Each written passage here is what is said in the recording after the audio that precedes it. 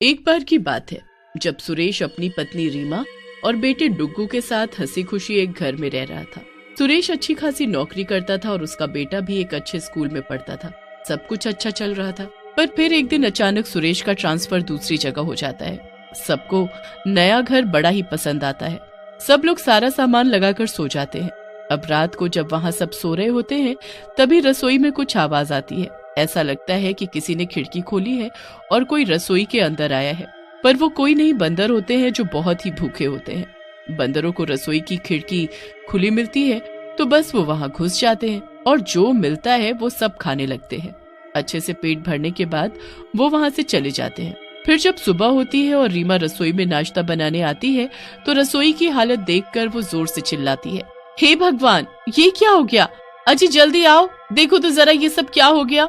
रीमा की चीख सुनकर जल्दी से महेश रसोई में भागता है और रसोई की हालत देख उसके भी होश उड़ जाते हैं।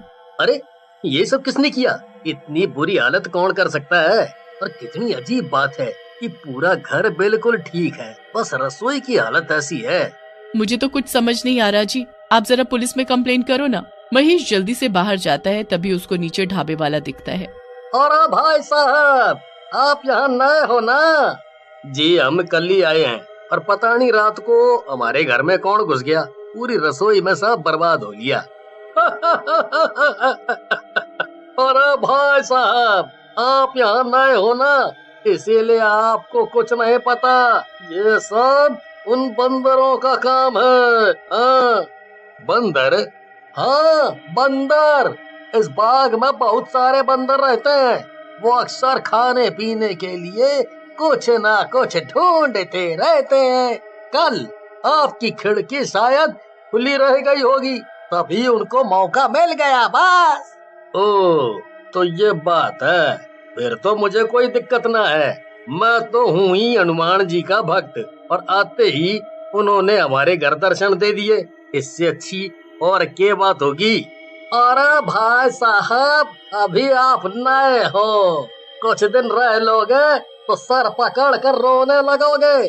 कितना बुरा हाल किया हुआ है यहाँ बंदरों ने। रोज मेरे ढाबे से इतना कुछ खा जाते हैं। मैं तो बहुत दुखी हूँ इनसे। हाँ। अरे ना ना, ऐसा कभी ना होगा। चलो जी, मैं बाद में मिलता हूँ। महेश फिर अपने घर वापस आ जाता है और रीमा को सारी बात बता देता है। उस दिन के बाद से रीमा रोज बंदरों के लिए बाहर खिड़की पर खाने का कुछ रख दिया करती थी ताकि बंदर आकर खा सके। महेश और उसके परिवार को बंदरों से कोई दिक्कत नहीं थी, पर आसपास के पड़ोसी और खासकर सामने वाले ढाबे वाला उनसे बहुत ही दुखी था। एक दिन तो वो ढाबे वाले का ढाबा ही इधर का उधर कर देते हैं। ढाबे वाला बड़ा ही परेशान हो जाता है और गुस्से में होता है। अरे इन बंदरों ने तो मेरा जीना हराम कर दिया है। अब इनको कुछ ना कुछ इंतजाम करना ही पड़ेगा। हाँ। बस फिर ढाबे वाला रात को ढाबे के सारे खाने में जहर मिला देता है। रात को बंदर आकर खाना खाने लगते हैं और धीरे धीरे सब मर जाते हैं। ढाबे वाला बंदरों को मरा देख बड़ा ही खुश होता है। वाह, अब जल्दी से इनको ठिकाने लगाना पड़ेगा। एक काम करते हैं, यही पार्क में बड़ा सा गड्ढा खोद कर इनको दफना देते हैं। हाँ बाबूजी, इनको यहीं दफनाना ठीक रहेगा। जल्दी से हम अब वहीं गड्ढा खोद देते हैं। बस फिर सब फटाफट गड्ढा खोदकर उन सभी बंदरों की लाशों को उस गड्ढे में दफनाकर घर चले जाते हैं।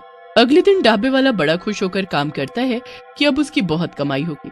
पहले दिन तो काफी लोग वहाँ पर आते हैं, पर बंदरों को वहाँ न देखकर सब उनके बारे में पूछने लगते हैं।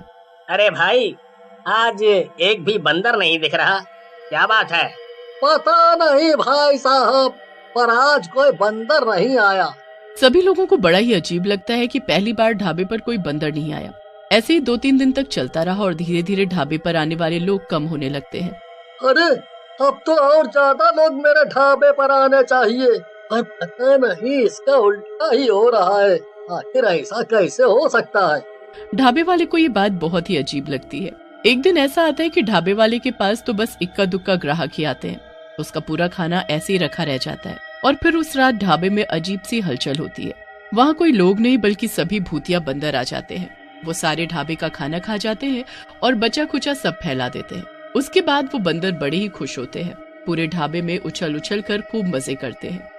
सुबह तक वो सब खाने की चीजों को बिल्कुल बर्बाद कर देते हैं और वहाँ से चले जाते हैं। जब ढाबे वाला वहाँ आता है तो उसके होश उड़ जाते हैं। अरे बाप रे, ये क्या हो गया? मेरा ढाबा किसने बर्बाद किया?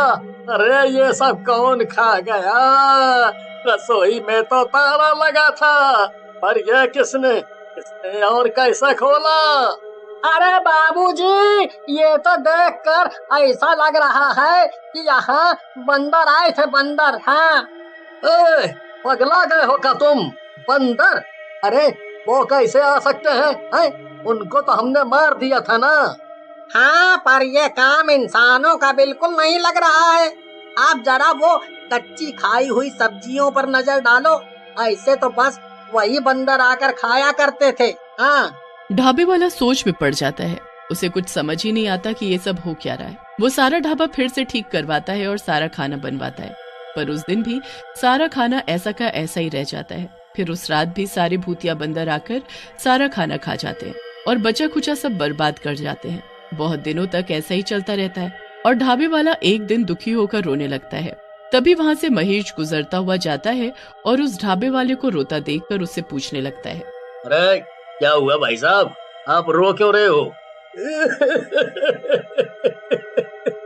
अब क्या बताऊं मैं आपको, जब से वो बंदर गायब हुए हैं तब से मेरे ढाबे पर ग्राहक आना भी कम हो गए हैं। अब तो रोज सारा का सारा खाना बच जाता है, पर जब सुबह आता हूँ तो सब खाना खत्म मिलता है और सब बिखरा हुआ होता है। अरे भाई, आपने तो बोला था यहाँ बंदर हैं। तो बस वही आ गए होंगे। नहीं, वो नहीं आ सकते। हाँ, तुम ऐसे कैसे बोल सकते हो कि वो नहीं आ सकते?